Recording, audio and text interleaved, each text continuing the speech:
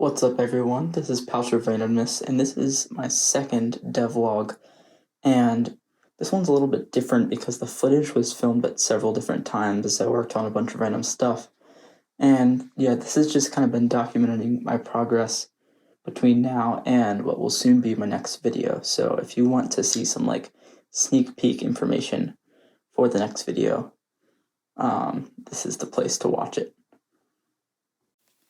So one of the main things I was working on was templates for what could be the final game cards, and by that I mean cards that I will buy off the Game Crafter and that you can buy off the Game Crafter once the game comes out.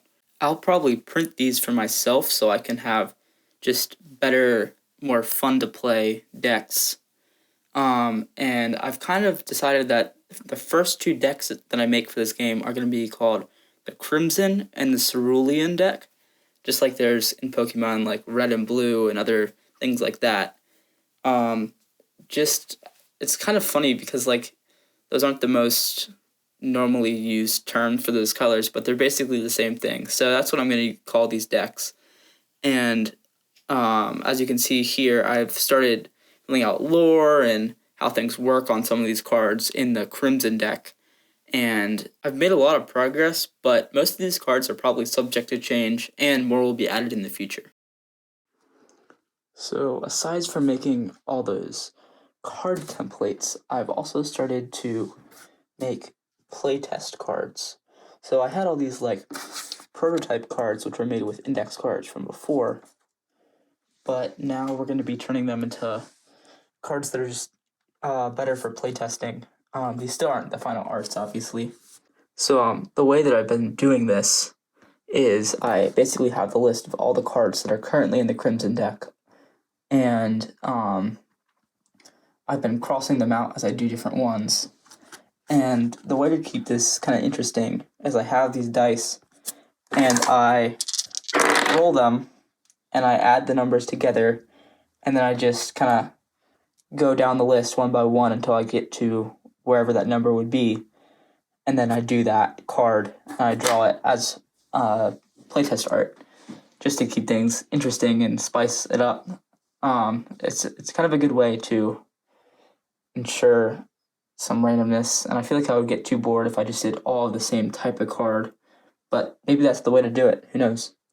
The next thing I wanted to talk about was my cyborg chicken kind of evolution. So this was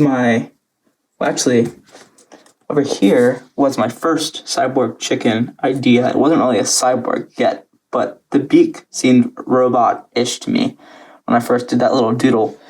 So then the second time around, I made this one.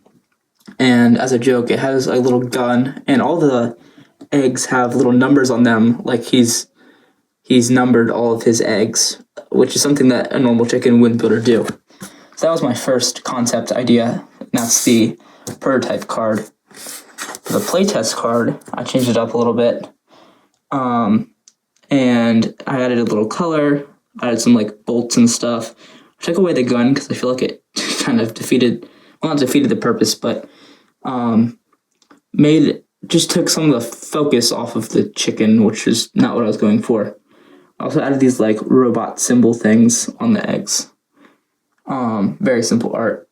I think I like this art better, just art-wise, but this is good for the playtest, and I think I kind of taking away the gun and a couple other things and changing things definitely helped that.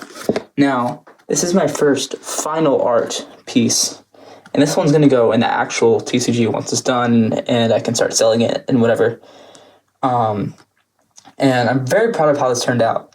The only thing was, I was experimenting with doing another arm, and halfway through the drawing I decided not to, but it didn't erase too well, so there is the remnants of an arm there, which I might have to make some lore about, the other arm. It could be on a different card. That could be kind of funny. But yeah, I'm pretty happy with how this turned out, and this ended up on one of my cards. So that's kind of my process of how I did that. The other thing is I measured how many pixels it was in Canva for the art, and then I basically turn that into inches. I cut out this piece of paper, and this is like my template. That I can just put down, trace around, and then I have a full box, and that's how big my art is. It was very helpful actually to do art like of this scale, because you can just do so much more detail, and I think it's going to look very good on the card. Hopefully that missing arm won't be too noticeable though. Another really cool thing I did in the Discord community that I've created is we are doing our first art challenge. Basically, there's 5 cards in my game that I decided, you know what, let's just let the community do them.